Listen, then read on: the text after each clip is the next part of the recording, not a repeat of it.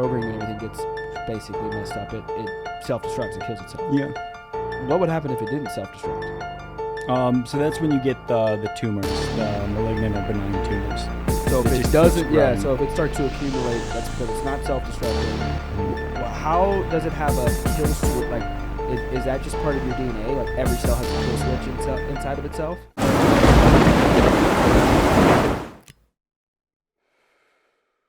Boom, live, good to go. Yep. So we're live. So another episode of Adversity Kings. We've got special guest Will Blodgett. Am I saying that correctly? Yeah, Blodgett. Will Blodgett. Awesome to Yeah. have you, bro. So, Will, Thank you you. are a chemical engineer, a chemist, Yeah. right? Yeah, I go back and forth. Go back and forth.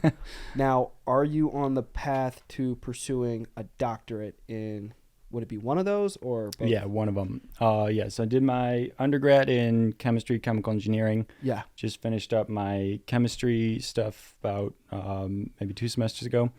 And been working as a chemist part-time and then finishing a degree in chemical engineering. Just to kind of have that on my resume. And then kind of like opening up, I can go into like the differences between the two. But then for my going for a doctorate next year, put in some applications, got some good responses, some bad responses, but at the end I still have options. So next year I'll be pursuing my doctorate in chemistry. Will it be Illinois? So I'm in between a few places. I'll either be in New York City, New Orleans, or Houston, depending on. Before we start diving into everything, Oh, for sure. Who do you look up to the most in the field that you're in? The field I'm in? Is there like maybe that's a hard question. Oh, no. I would say I've got like kind of celebrities that I look up to in my field, and then more personal people I've met that I look up to in my field. So going into like the celebrities, I'd say Marie Curie is probably my favorite chemist. She's like just God level inspirational. She was Polish refugee to France during World War I, World War II. Somewhere around then, she learned chemistry and physics by sitting outside of the classroom that her husband was taking notes through the door, because women weren't allowed in the classrooms at the time. From all of that, they end up starting their own kind of family research center. She goes on to be the first scientist to win 2 Nobel Prizes in 2 different areas of science, just from she discovered radiation, atomic radiation from elements that are breaking down, and then also discovered a few elements on the periodic table. Yep. So just that whole story is just insane. And yeah. Now if she discovered radiation, is she older then? Is she? Oh yeah, this was like early 1900s, early to mid 1900s. Okay, is she still around? No. Okay. She ended up, so her discovery ends up killing her. All the radiation ended up giving her radiation poisoning. Wow. Working with radon, because they were just, when they're discovering it, they don't even know the byproducts of if you're dealing with radioactive chemicals, they didn't even know that they were radioactive. So you just see a stone sitting on the table, and there's actually notes in her binder that she left a sample in a drawer on a piece of paper, and it had burned holes in the piece of paper, and she just kind of wrote it down. But what that was just this horrible radiation that's coming off of it that's burning paper, and then ended up giving her, it's highly carcinogenic. Is that so? And do those carcinogens, do they then produce cancer or? Yeah. So what the radiation ends up doing is it's these kind of beams of light, only it's a frequency you can't see, and it's a much higher energy than the light we can see all around us. Yeah. And what happens is that light, which is what's called bad light, it's called ionizing radiation, can hit your cells, and you've got DNA. DNA is in all of your cells, and it's programmed for your DNA says you got a foot there, and you're going to put your big toes on this spot, and all of this is the programming for what makes you you. Yeah. And what the radiation does is it takes it and it tears the copies of the instructions. Yes. And so what can end up happening is this happens all the time. The instructions get damaged. DNA is pretty fragile. It's happening a million times in your body right now, but your cells are programmed to kill themselves. If they say, oh, this doesn't match up, we're not doing what we need to do, the cell will die. And then it's just a single cell and you've got a million cells, so you're good. It just keeps going. But there's these specific times when that process of the cell killing itself goes wrong. And so it keeps replicating with the wrong instructions. And so that's where tumors come from. It's these massive clumps of cells that are just growing and growing and growing from these messed up instructions that you have, from the radiation hitting you, that's why when you go to the beach and you put on sunscreen, you're blocking out a lot of the radiation like that comes from the sun. But if you've got like a gram of highly radioactive material, I mean, think of like uranium, types of things like that, and other things, then it's going to damage your cells, and then you've got a high probability of it messing up and accumulating these tumors. And so tumors can either be benign, which means it's just a clump of cells. It's got the wrong information. It's just sitting there and they remove it. It's all good. Or it can be malignant, and that's where cancer comes in. If the doctor finds a malignant tumor, that means it is pulling resources from your body, that massive cells that shouldn't be there, whether it's a lump or whatnot. It shouldn't be there in your body, and instead of just sitting there, it is pulling resources off of your body, and so it slowly kills you that way. So what's funny is that you fight fire with fire, so a lot of our cancer treatments right now are chemotherapy, which uses the radiation to actually kill those cells specifically. Wow. But yeah, I kind of went on a tangent there. So but, yeah. and what protects us? Is that little vest just protects us when we get X-rays? Yeah, so that vest blocks out like probably 99% of X-rays that hit you, and it's just like the reason why it's so heavy is it's lead, and lead can absorb radiation very well. It's where you got like a nuclear facility. The nuclear core is almost always like encased in like concrete. I always lead. feel like it's hitting other areas though, because it's like this giant cannon, and I'm like, oh yeah, this vest is not covering everything that. I mean, yeah, when you think about it that way, though, but they're also aiming them directly on you. Yeah. So there's parts of the vest that they, so like when you go to the dentist and they shoot the x-rays, what they do is they monitor. So you report your medical records to your dentist, your doctor, whoever's got it. So that way, on any given year, you're not given, they know they have a million studies on how much x-ray each person can take per year with causing no damages and whatnot. So, when you go to the dentist, you don't get your x-rays done every single time. And that's because they monitor how much x-rays you're being exposed to. Now, when a nuclear plant melts down, how do people just, like for Chernobyl, for example, how do individuals like walk into that area and just die from all the radiation? You know what I mean? It make it seem like you need like a mask to even like navigate through. Oh yeah, you need a full hazmat suit. So what's going on when like a nuclear? There's a million different reasons why a nuclear plant will melt down. But once that kind of happens and you're kind of in the room with it, what's happening is you're being hit by a ton of radiation that's like insanely high energy. And what it causes is the other atoms in your body, all the atoms in your body, to become unstable. And start to irradiate away. And so you've got like, if you think about like dust, when a nuclear bomb goes off and there's dust in the air, that's that same type of stuff that's happening in a nuclear meltdown. That's kind of all the stuff around. So if you're inhaling or if you're getting it caught in your hair, then you've got all of these particles that, like what I was talking about with Marie Curie dying because she was working with these samples all day. It's just because it gets caught in your body and then it just starts shooting all of this radiation throughout you. So you've got like microscopic amounts of this dust that you might not even be able to see with the naked eye can still contain thousands of atoms that are all breaking down and shooting out high beams of radiation that are damaging your DNA. Would that death be like suffocating, or like what would I always wonder, like, do you implode? Does your body melt from the inside? Like, it's very, very slow for what it is. It's not as slow as maybe cancer, but I'm not an expert on how fast that happens radiation. And that radiation like does, but it's very. I always felt like you like walk into that area and just like pass out, die. Oh no! You can walk in. You can probably. I mean, this is completely just a guess, but I would say you'd probably be in there for like maybe 2 days, and then you'd start to feel effects of it and whatnot. But maybe that's a bit of an elongated thing. But at a certain point, your body just kind of starts showing the symptoms of like, oh, my bones are creaking, my chest is aching, my jaw. There was when watch faces glow, or like they've got little like things where you put light on it, it glows. What they used to use is this is way back before we knew about like how damaging the radiation was. What they used to use was this radioactive paint that was just the same type of radiation that comes from those nuclear bombs, nuclear power plants, meltdowns, things like that. And it was primarily women in factories would be painting the numbers onto watch faces so that way they would glow, because women have better motor skills and can be more precise with that. And they would have the radioactive paint on the brushes, and they would lick the brush to get it a pinpoint. So they'd be licking all this radiation and whatnot, and there's gruesomely horrible cases of women with their jaws just falling out because they were just exposed to all that radiation and everything. Wow.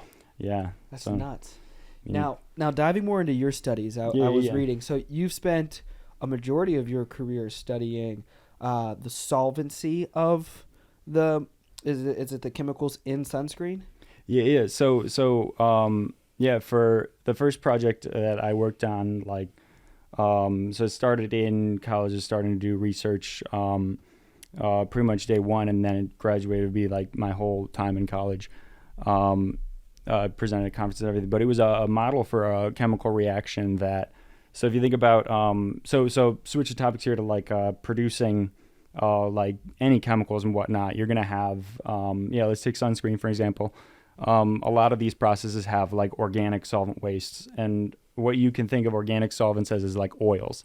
It doesn't mix with water. It dissolves other things like coumarin, which is the molecule I was working with.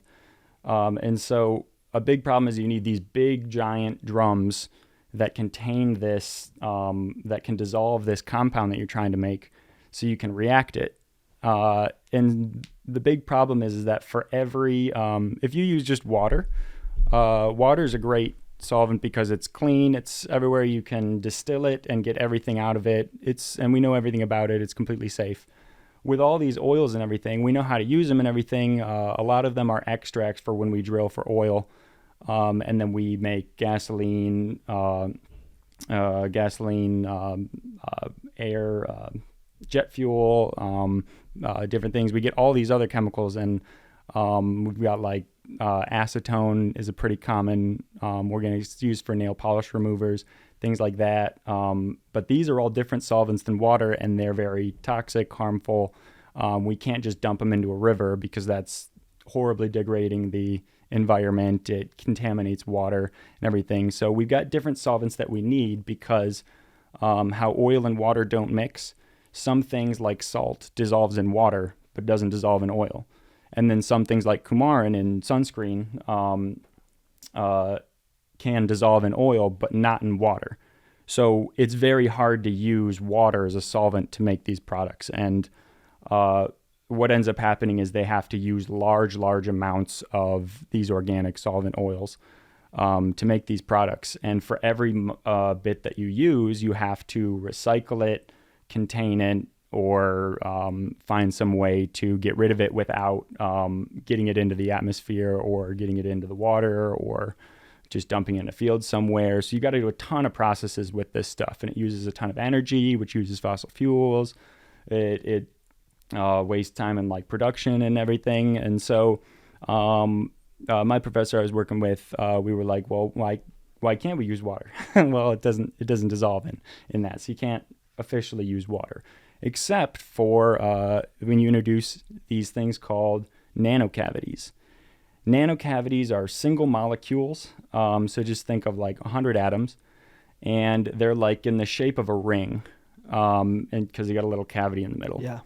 And so if you think of, if you've got, like if this water bottle was filled with like half water and then half oil, you could put salt in it, you could shake it, and then all the salt would just dissolve into the water. It wouldn't dissolve into the oil. The oil would be separated on top. Water would be on the bottom with the salt. If you were to put coumarin then into it and then shake it, you would get salt water on the bottom and coumarin and oil on the top. and so we're trying to get the salt was just an example, but we're trying to get the coumarin into the water. Yeah. So what we do is we put these nano cavities into the water. And so the nano cavities are these little capsules that they look like donuts. And the outside of the donut can dissolve into water. So when you put the nano cavities inside the oil and water mixture. What are they composed of? They're composed of sugar. Cyclodextrin is a very common one. So you basically, and this is a bit more in-depth, but it's a quote-unquote simple process to make these nano cavities. They are biodegradable. They're made out of sugar. Are they destructive to the environment or no, not at all. Ingested? No, you could even, they're food safe. Okay. I mean, nobody would ever use them for food, but they also use them for medicine delivery. So these are things that are actually injected into the body and everything. So these are completely safe. But yeah, it's like a sugar molecule that's wrapped around into a ring, and then the outside of it can dissolve into the water. So if you put those in the water, shake it up, you've got nano cavities in water and your coumarin in the oil. But the inside of the cavities is where things get kind of crazy as far as science goes. Yeah. But the inside of the cavity is soluble to the oil. So there's no water that can get inside the cavity. But the coumarin that's on the top can go down into the water by becoming encapsulated into the little things.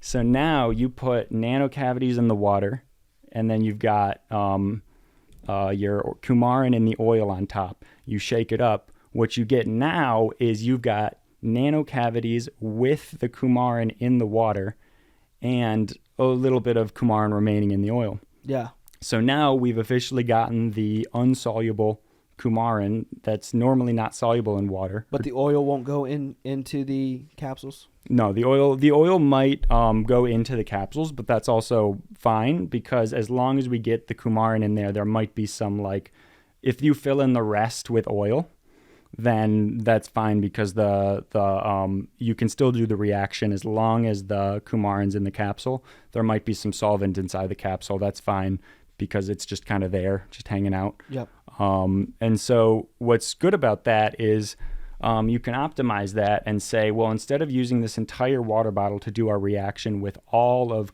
the oil that we don't want, we want to reduce the amount of oil we're using overall.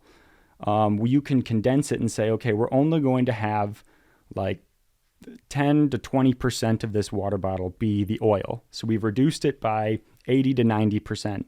Then we put nano cavities in here. We've got a really concentrated amount of the chemicals at the top.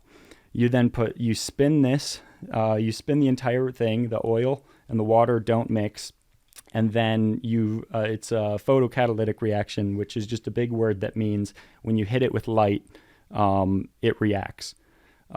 So you've got, so when you spin it, the nano cavities go up and then they hit the surface and then they can pull in the coumarin. Then the coumarin can go in the water. It can react. And then when it reacts, the capsule, if you think about it, it's kind of like a mold. And you can really control what reaction goes on in there just by the shape of it. So if you were kind of sitting in if you get into a really tight space, there's only so many ways that you can move inside that type space. You've got one of 3 options, but when you're just kind of floating around in space, you can make any shape with your body you want. Yep. Kind of think about it that way in terms of the way the molecules are reacting. And so you can control exactly how that reacts. And then once it reacts, it actually, just this part in particular was a while in the research, but it actually moves just to a point where it's unstable inside of it. So the next time that it goes upwards and hits the oil, it goes back into the oil. So it kind of goes from this to stretching out. And then once it hits the thing, it just escapes, and the cavity can grab another one, bring it down, react it, go back up, produce it, or release it back into the oil. So then you've got this much oil where you started with coumarin, and then you react it and you get your final product. And so you've reduced all of this oil with just water. Wow.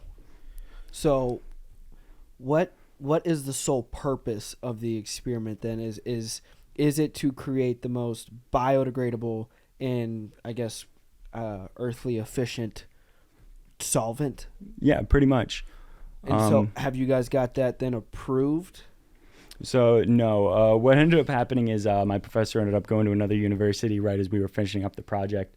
But what the next stages, because the academic research, which was what that was largely a part of, is like the most fundamental of all fundamentals, and a lot of it is done, or almost all of it is done through grant money.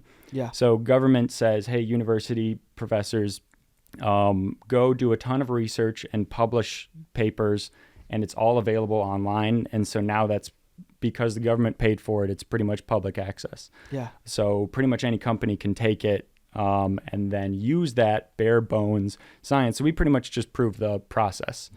So that's what a chemist would do. And that actually kind of leads into what chemical engineering is. So when I was doing these experiments, it was pretty much on the scale of this water bottle. Yeah.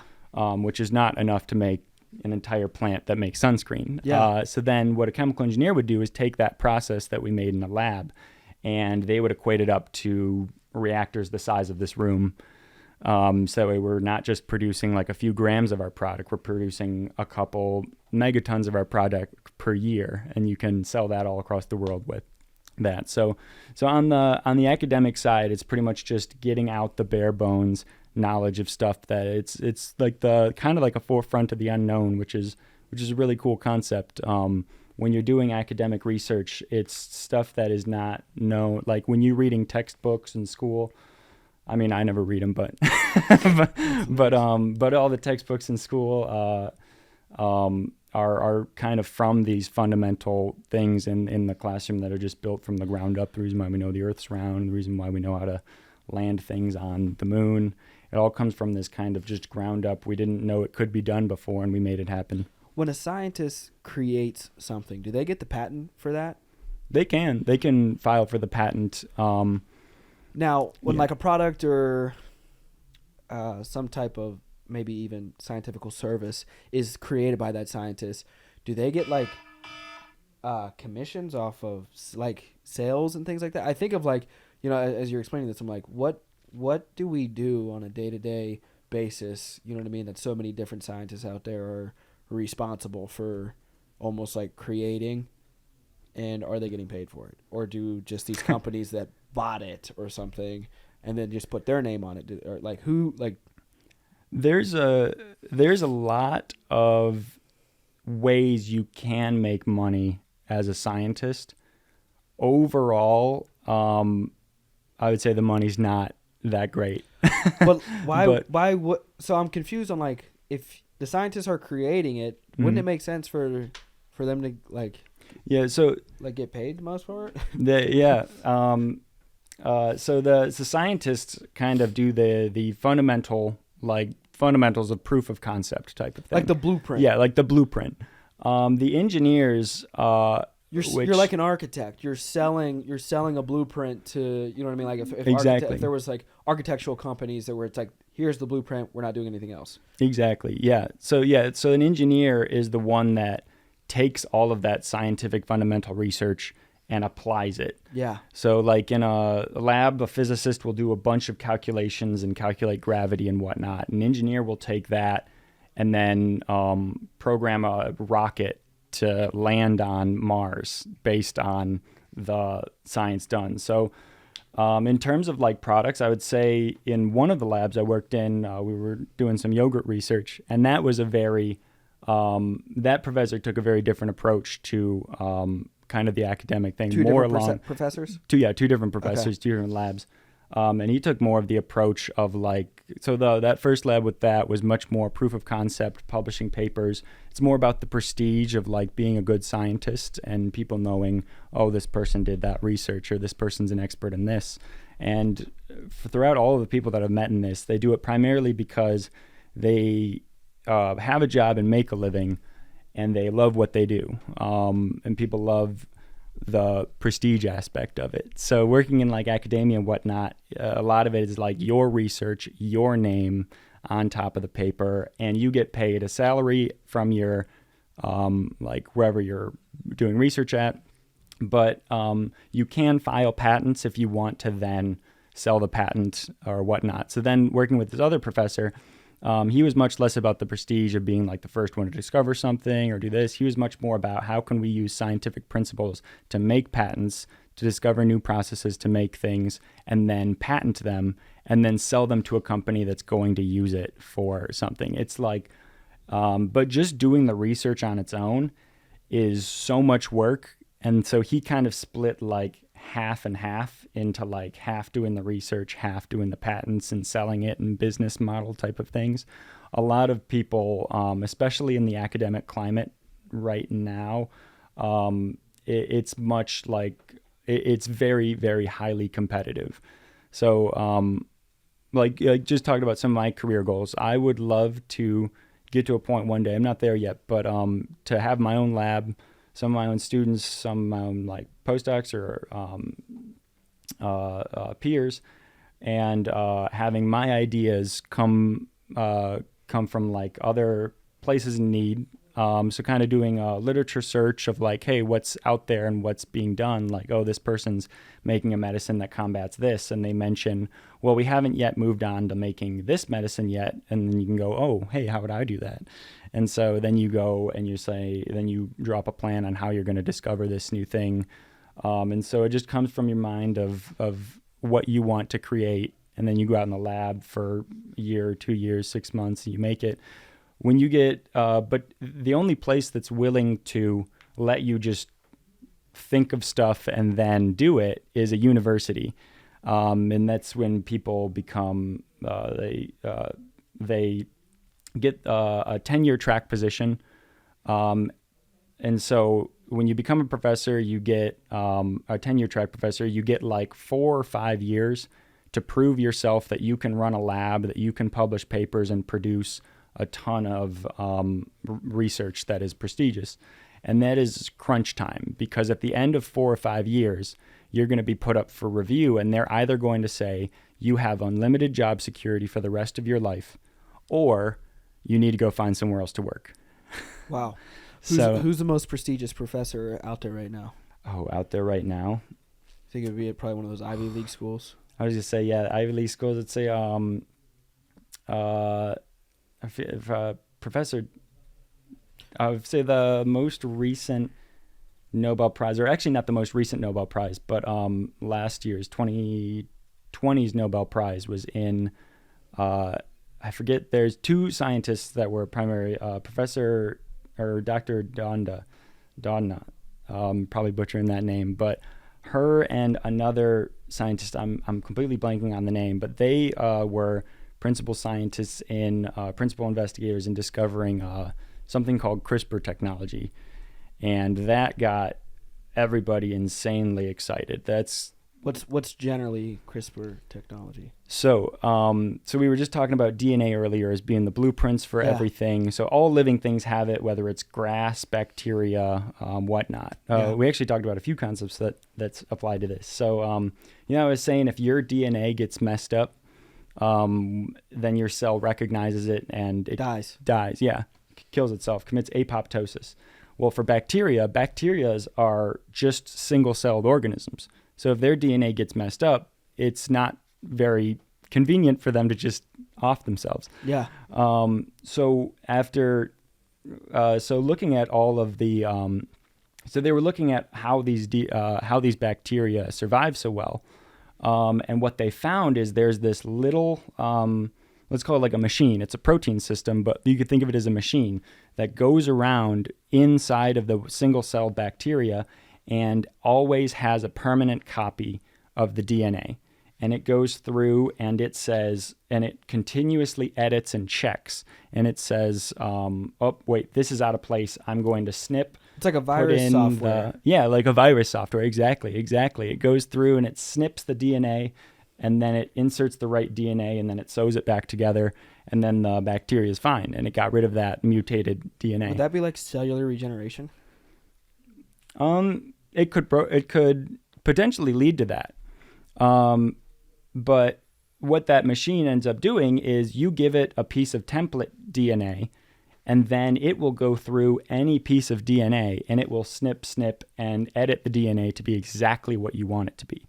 Now, with the DNA in your body being the exact blueprint for what you want to build, and the DNA for grass being exactly the DNA that it has, and your dog and whatnot, they all have its own unique bacteria. Well, there's also part of some people's DNA, people are predisposed to developing cancer at a younger age, or blindness, or Down syndrome, or whatnot. There's all of these things can be contained in DNA by just the mutation of the DNA overall. And what ends up happening is it can be very, very, very beneficial to have a tool where you can go in and edit your DNA to be exactly what you want it to be. And this comes up for medical reasons and very controversial reasons. So if you could go in and hypothetically 50 years down the line, when this technology is polished to a teeth, you could go in and right now it's just kind of in the thought bubble process, but you could go in and say, I want this person to have 6 fingers or an extra thumb on this side, and put that in the blueprints. And I've heard of celebrities just paying like a couple $100,000 and being able to adjust different things with their children, like while they're in the womb or something. Yeah, the eye color. Yeah, I've heard the eye color. Eye color. Barbara Streisand had her. She loved I don't know if it was 1 dog or 2 dogs, but she had these dogs that she loved, and she paid a company to have them duplicated when they died. So she got 2 of the exact same dogs again. Now, what about mRNA? I hear that a lot through the vaccine and the vaccine. Yeah. So of all the genetic information that you've got in your cells, DNA is the big one. It's the blueprint. RNA is another genetic material, and what RNA's job is to read what do DNA and RNA stand for? Deoxyribose nucleic acid, and RNA is ribose nucleic acid. Okay. And basically they're just, DNA is a double helix, that spiral ladder. Yep. And then RNA is commonly known as like the single helix. So you just take half of the ladder, break it in half, and then spin that. So DNA is like the blueprints. Like you don't want those to get damaged at all ever. What RNA is the basically RNA goes in, reads the DNA, writes it all down, and then translates it out, and then takes it out and actually like so it's basically they both contain they both contain the same genetic information. And when you look at a cell, you've got the cell. If you look at it like a business, you've got the and this is just my understanding of the business because I spend 90% of my time in the lab. But like a simple model, you've got the boss, and the boss is telling everybody what to do, and he's got the DNA in his office. Yes. All of his RNA messengers. Our messengers, will come in, write all the plans down, take it out to their own offices, and do and execute the plan. So is that what is it? M so stand that's for what messenger RNA, ribo, whatever. Yeah, messenger ribose nucleic acid. Yeah. Wow. So the reason why that's been thrown around so much is primarily because of the vaccine. This vaccine, the reason why we were able to make it so fast, is because it's a brand new technology, safe technology for the record. Yeah. But it's brand new technology where traditionally you would have in like a live virus vaccine. I think the tuberculosis vaccine is a live virus or a live vaccine where you've got like a living amount of tuberculosis. Yeah, they take a living, and then they inject it in your arm, and then it's just a small amount, so your immune system can see, oh, what is this intruder in the like, they just send like one tuberculosis guy in as an intruder, and then all of your security system can go in and say, hey, wait, what are you doing here? Let's make sure we know how to fight this guy, so that way if more of them come in, we can just fight them off easily. And that's what happens is you get completely immune from tuberculosis. From just a shot in your arm, from just giving your body a little bit of information on what it is. It can produce the antibodies and everything in your body to be prepared to fight it if you're ever exposed to it. So then, like with the flu shot, though, it's not live. It's dead, and they basically just inject a dead version of the virus into your body, and it can take that. It doesn't need to be living. With the mRNA vaccines, they don't actually take any of the like COVID. It's not COVID at all. It's just the genetic information. So instead of sending an intruder into your body, a little bit of an intruder into your body so that way it learns, it just sends like a report on them. So you hand a file of like how to fight COVID to your immune system, and then they read it and they know how to fight it just from the instruction manual that we handed them, not like the actual intruder coming in and meeting them. So it's just like the mRNA can be injected in, and then all your cells can, or your immune system can read all that information and say. What about the individuals that are like, it's changing your DNA?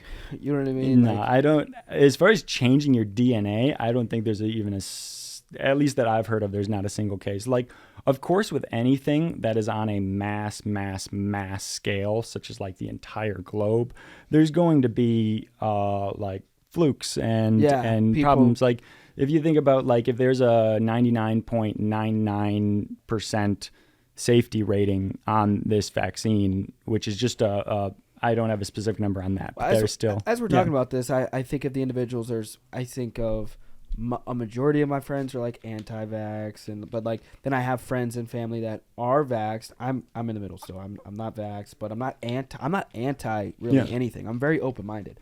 And but I think for me it's like I don't know anybody that's died from COVID, but I also don't know anybody that's died from the vaccine. You know what I mean? So it's kind of like I'm just in between, and the individuals I do look to learn from, typically I like to learn up of like a credible individual opposed to just some other Neanderthal like me that like has no idea what the fuck we're talking about. So it's like, you know, we can rant and talk about how we're not taking the vax or this, that, and the other, but at the end of the day, it's like, what do you actually know about like breaking it down to a scientific, like whatever the fuck, you know what I mean? The lingo and terms and all that shit would be. So I think that's really intriguing to me. Also with the cells, you said, you know, when a cell, the programming and everything gets basically messed up, it self-destructs, it kills itself. Yeah. What would happen if it didn't self-destruct? So that's when you get the tumors, the malignant or benign tumors. So if it doesn't, so if it starts to accumulate, that's because it's not self-destructing. Mm-hmm. How does it have a kill switch? Like, is that just part of your DNA? Like every cell has a kill switch inside of itself? Pretty much, yeah. Your cells have a million different or a couple dozen different machines inside of them that store DNA, translate DNA, transcribe DNA, build proteins, or protect the thing. As far as the specific chemical messages that go on to commit apoptosis, I'm not exactly certain on. What's apoptosis? Oh, apoptosis is a cell self-destruction. Okay. Yeah. Apoptosis sounds like it's popping itself up. I know. Yeah. So, I think my next thing is kind of back into the vaccines of in correspondence with COVID. What are your thoughts on regardless of the vaccine? What are your thoughts on individuals just proactively preventative measures of like vitamin D? You know what I mean? I'll hear a lot of that on Rogan and shit like that. It's like, what about people working out and vitamin D and just taking those preventative measures of like, what are you doing for your health? What are you putting into your body? You know, are those factors, do you think, that should be also mentioned? You know what I mean? Oh, for sure. And I think a lot of the controversy with the vaccine is less to do with science and more to do with how much authority should the government have. Yeah. And that's when you kind of see too. I'm a very like in the middle person as well. Like I had my lawyer on to kind of like, because I was worried about the mandates. I was like, I could care less, but at the same time, I kind of care. Yeah. But like he went straight to Roe versus Wade. You know what I mean? Where exactly. Like, you have rights to your body. Yeah. Because technically what Roe v. Wade wasn't actually a case over abortion. It was a case over privacy. Yeah. So when you go to your doctor, anything that happens, any interaction that you tell your doctor, it's HIPAA. HIPAA, exactly. It's completely protected. And so in order for the government to ban abortion, it would have to know that you were going to the doctor to get an abortion in the first place. Yeah. And so that's a privacy. All purpose. Yeah, exactly. That's a violation of your privacy. And so even though the case in point was abortion, it was more over the privacy aspect of it. And so can the government mandate that you show your vaccination status or your medical history anywhere you go, or mandate that it does actually happen to you? Is it like all this? So there's a lot of questions in the air over that. And I think it kind of falls in line with just how politically divided of a culture we are right now. And then when you just introduce something like vaccines, it's going to go split both ways. Yeah, exactly. with that. So pretty much anything you bring up on the mass scale is going to become controversial like this. Yeah. So I think that's what a lot of the vaccine and anything that's going to be delivered from a political standpoint of view is going to probably be cut in half. Yeah. Probably from here on out for a long time. I just imagine it'll just be cut in half of like, this is what's right. This is, you know what I mean? Like, oh yeah. Everybody will have, well, this is what's right. This is what's right. But back into your other studies. Yeah. Now it was the milk into yogurt. Yeah. Right? And what was the purpose of that? Finding new products. Making yummy yogurt. So ultimately just to make a better yogurt. Yep. But now when I first met you, I believe you were also studying, and correct me if I'm wrong, like just ultimately how we produce food or something and how we can do that more efficiently. Yeah, so I work for a startup. We're making basically just products that reduce agricultural waste. Yeah. Because when you think about all the... you said something like 60% or something of like foods wasted? Yeah, there's like crazy amount of like, there's like 30% of food doesn't even make it to anybody's table. Or some... Is there any way for it to be redirected to areas of extreme like poverty and hunger? Honestly, that's if we can even get it to make it that far, because it's not necessarily a matter of, so you grow a field of apples, you take your apples off the thing, you put them on a truck, and then you ship them throughout the United States. Then they go into either they might go into like a cleaning facility, then they transfer into another place. What all chemicals are being put into our food to make them last longer? I can as you're saying this, I'm like, dude, how the hell are they getting this food to last this long? I put a banana in my office for 2 days, it's brown. You know what I mean? So how are we getting bananas to go and all this food to go and last? There's a large amount of chemicals that are used in the United States. We've got like maybe median laws in terms of the amount of chemicals that can be used. Everything's safe, but everything comes with that, like, if you get fresh produce, you should wash it. There's no way. And like when you think about like you said, like you put a banana on your counter for like 2 days and it's starting to brown. A lot of that is because it's picked unripe, and then it ripens in the shipping process, and then they keep it in the back room until it's just starting to like become yellow, and then they only sell like a consistent ripeness. Yeah. So they can control it that way pretty well. But then when you're growing it and you need to keep bugs off of it and you need to keep fungus off of it, or primarily when you're growing it, you need to keep bugs off of it. So they'll put pesticides and things. Organic doesn't mean that they don't use pesticides. It means, I think it means something along the lines of, it's a whole list of regulations, but it's something along the lines of like less or just certain completely safe pesticides have to be used. Because there are natural pesticides and things like that. Are they harmful for the soil? No. The most harmful thing for the soil is how we have just monocultures of crops. So if you look at like is that just like huge? Just like think of a cornfield. Yeah. Like where in nature do you see that much of just one single thing? Even grass. Look at like a suburban lawn with like no weeds, no clovers, no anything, just grass. There's a ton of like people fertilize their lawns and whatnot. Things grow in nature all the time without fertilizer. If you go to like forest somewhere, you got things sprouting up. You go to the rainforest, oh man, Like there's just it's all all over the place, but there's a ton of different stuff. So there's some plants that are growing in the ground that will produce nitrogen and put nitrogen into the soil, which is one of the primary components that you need. And that's one of the things that when you fertilize your lawn, you're putting nitrogen in your lawn, because in your lawn, when you've just got like Kentucky bluegrass growing, it sucks up all the nitrogen and it never produces any nitrogen. Clovers will actually put nitrogen into the soil. So that's why farmers do crop rotations, where they'll do corn one year and then soybeans the next year, or some type of legume, because corn will pull out the nutrients, soybeans will put some nutrients in. But even after crop rotating and all of that, you're still going to be depleting the nutrients ever so slightly over and over. And so people have to put more fertilizers down, things like that. But there's a lot of crazy environmental research going on about how we can grow different plants together. Because the problem is we've made this massive system where you grow a ton of corn, and the corn has been genetically modified to be able to grow like 16 different stalks of, that's an exaggeration, but like 16 different stalks of corn on one plant, and the plants don't have to be a foot apart, they can be an inch apart.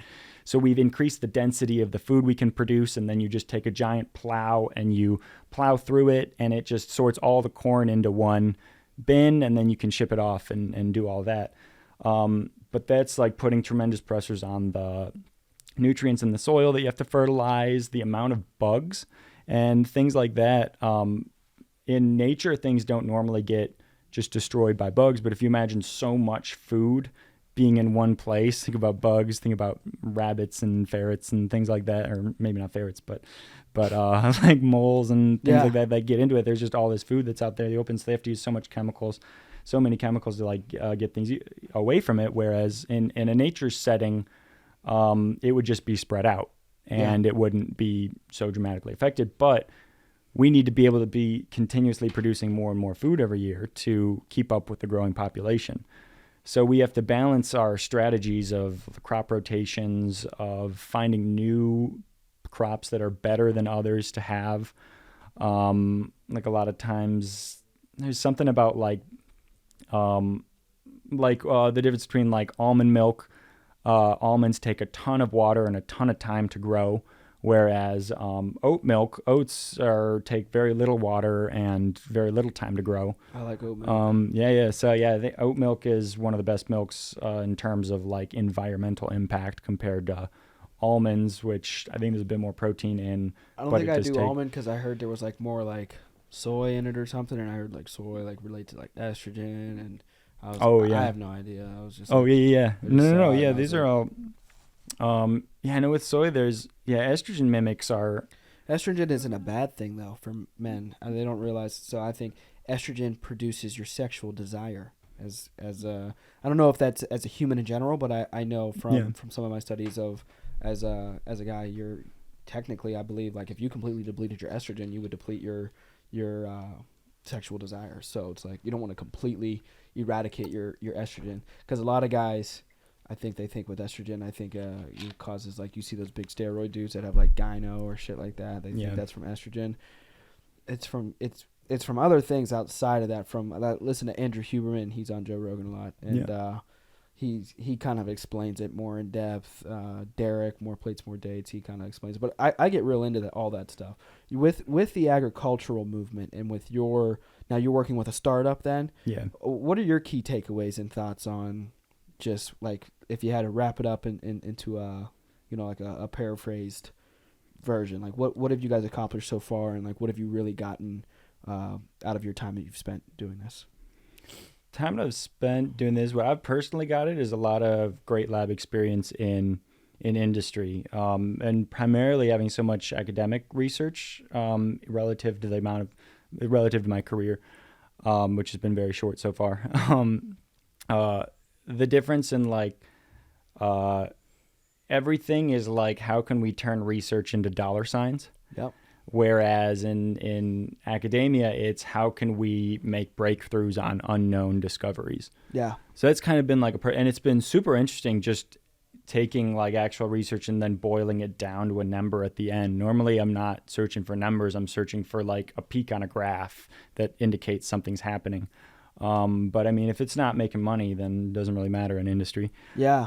So that's been a personal takeaway, which has been super, super interesting because I mean, I'm doing the same things in a different location, but then when it all comes down to the end of the report, one's dollar signs, one's breakthroughs. But overall on the impact that Hazel's been making, I think it's really exciting. I think it's going to keep going. And whatnot. I'm not too big in the business end of things, but I mean, overall, I've a great experience, and just learning a lot more about kind of like, because with the industrial research and everything, it's also like meeting the needs of the economy and kind of learning overall, like we need to take a more sustainable approach to a lot of things. Because like you were saying, like there's people going hungry and we're somehow losing 30% or some large percent of food before it even hits the table, let alone the amount that we then throw away after that. Yeah, I think Musk was getting harassed by somebody here recently about like, hey, you should just donate and end world hunger. Yeah. And he was like, well, let's put together a plan and I'll do it. Oh, and yeah. I think he started to imply like, just ultimately, I think also in regard to like taxes, about him being like the highest taxed individual. He's like, it's clear that the money isn't going in the right hands because, I think of it like, I think it goes back to our politics, and I'm like, the individuals in charge, not taking anything away from anybody, but maybe our systems aren't, as efficient as they should or could be, where it's like we just lose so much that we could probably get a lot more done with even less. You know what I mean? I think of just all the tax dollars and just every system we have in place, but on a macro level of like, how much big shit are we just like shitting the bed on? Oh yeah, there's the I remember in high school, my like 10th grade English teacher, we spent like a 3-week unit on debates. Yeah. So everybody picked a side of a topic, and one of the things that he said and then after like the students went one-on-one and debated, he would kind of play like the middle ground and like say like his support for each side of the things he said. And the one was over like should I don't know specifically the topic, but like should taxes be higher, and like for who. And so then it was should we increase taxes or lower government spending? That's what it was. And so he said, if we taxed like the 1%, 100% of their net worth, then the government would spend that in about like a month. It's like all the 1% that's supposed to like solve the world's problems of like providing free healthcare and all, and education and all this thing. It's like in what we provide now, they're running up the national debt faster than anything on the planet. Dude, I hate going to the national debt. It's like the I get stress. scared. I'm like, when's our cutoff? Like, yeah. My Amex has a cutoff. You know what I mean? Oh my like, gosh. It'd be telling me like, all right, slow down. So that's hilarious.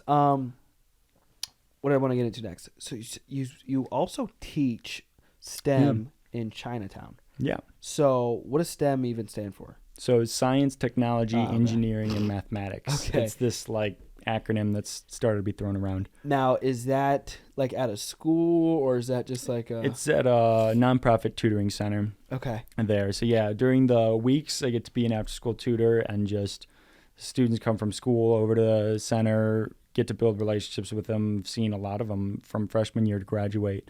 It's been great. And talk about the day, help with homework, career advice, things like that. And then every once in a while I'll get an opportunity to teach like either an SAT prep, an English class I taught over the summer, and right now I'm in the middle of doing a STEM enrichment course. So on Saturdays, having like a bunch of activities right now. They've got glue sticks, or they've got hot glue. There's 3 teams. They've got hot glue guns and popsicle sticks, and they have to build a bridge that can support like 50 pounds.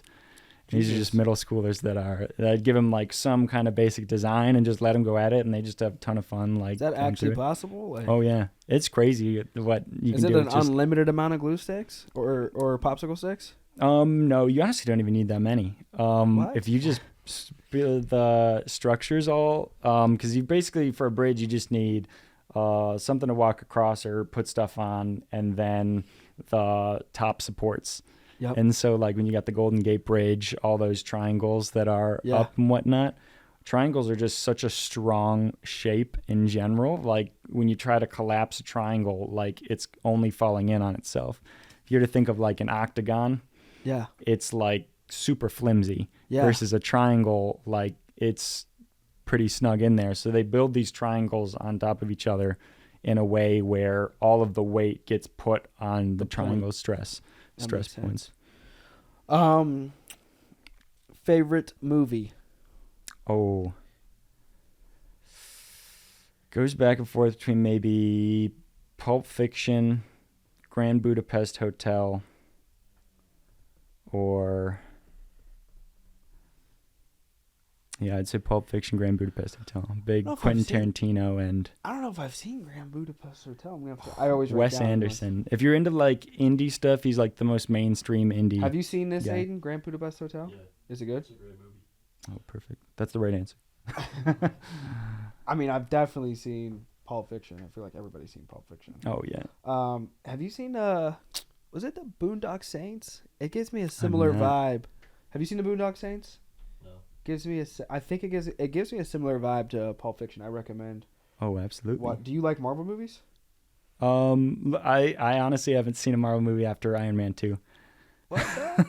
I know. I've been under a rock.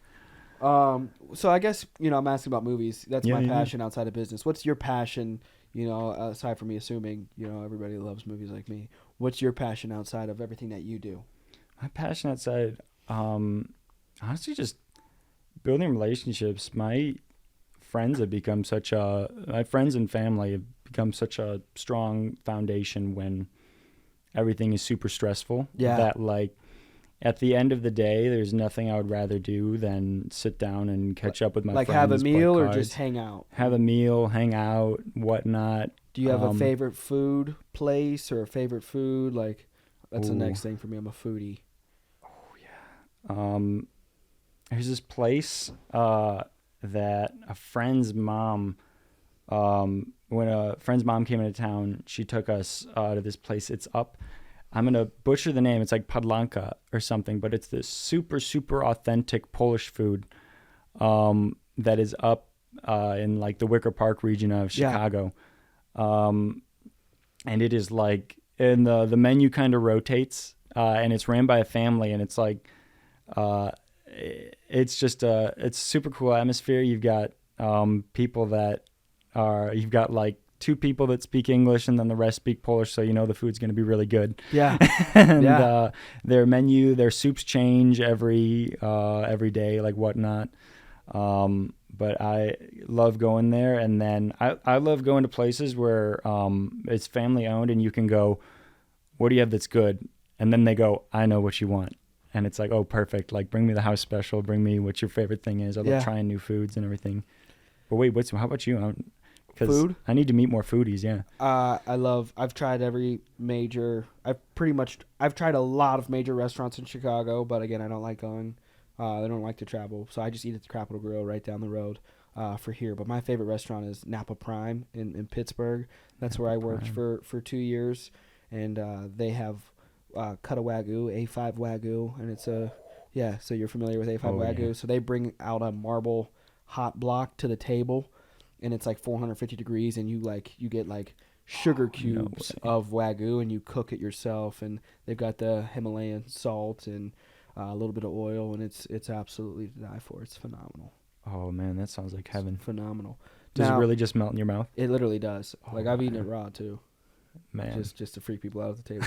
Yeah. Like with no idea of what the fuck's gonna happen. I see a lot of people on like TikTok and like these. Like I had this one dude on, and he's on like this raw liver diet or something, like where he's like fucking beefy guys, and the people are on this like raw meat kick right now, and I think I'm like, the world's just so fucked up. I'm like, even if I wanted to do that, I don't know if I would like I feel like the soil is so tainted. You know what I mean? Like, I feel you gotta raise your own. Yeah, like I'd have to like build my own earth. I feel like, I can't think of like what about the greenhouse gas? And like you would have all the scientific knowledge of what to say, but like I think of like at the end of the day, I'm like everything's tainted. So it's like, we try the best that we can, but at the end of the day, I'm like, God, this shit's tainted. Oh yeah. What's your favorite book as we wrap up? Favorite book? Oh, I'm a big fan of nonfiction. Charlie LaDuff wrote. He's my favorite journalist. He wrote the Detroit Autopsy, and I'm originally from Detroit. Originally, family's from Detroit. Moved around a bit when I grew up, but family's still. Our grandparents and extended family are all still in Detroit. I'm big Parents fan. out here? Parents are in Fort Wayne, Indiana. Oh, okay, cool. But he wrote like an autopsy of Detroit of what happened from it being the richest city in the world after. Rogan talks about it. Like you guys had a bunch of like car manufacturers there. Yeah, the big three. So Big Union. Yeah, it was really big. United Auto Workers are still there.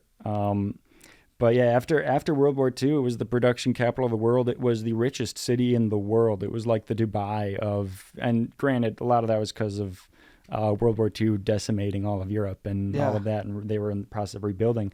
But they went from the wealthiest city in the world of like population of like 1.9 million or 2 million almost, down to 200,000. And it going bankrupt in 2008 and everybody leaving, and the General Motors, Chrysler, and Ford are the big three car companies. They've all, in some company sense, have been overtaken by Toyota and Volkswagen and other places. Yeah.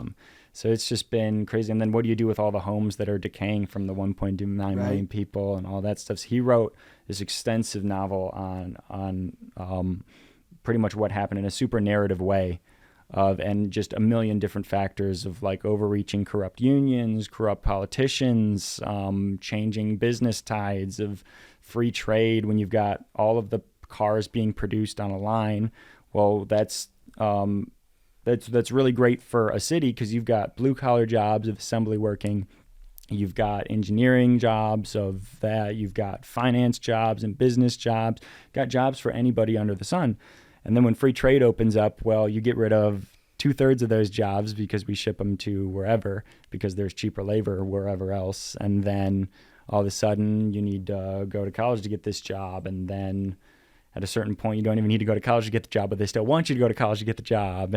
And and when your entire city is revolving around 3 companies, then those 3 companies take a hit, the whole city takes a hit. Yeah. And you've got politicians filling their pockets throughout the entire way. And the unions filling everything up. It's just crazy what happened over the course of, and racial tensions too. That's a huge part of a lot of black people came up from the South to get industry jobs, like in World War II, whatnot. Caused a ton of race riots. Yeah. They didn't cause it. Yeah. You motherfuckers. But yeah, just crazy. Anything else you want to add? Shout out friends, family, new endeavors, businesses, anything at all? Shout out family, of course. And shout out Elevate Tonight. This is where we met. Yes. Chicago nightclub scene. Yeah, Elevate Tonight's great periodic event. But yeah, absolutely, dude. This was phenomenal. If people want to study any of your additional research articles or anything, do you have anything published? Or anything? Now, a lot of the stuff that I'm doing right now is trade secret. So, okay, this is all secret. Yeah. So, well, I guess just stay tuned. Yeah, keep looking out for Will Blodgett. So, thank you again, brother. Thank you so much. It's been awesome. Learned a lot. So, yes. Sounds good. Peace.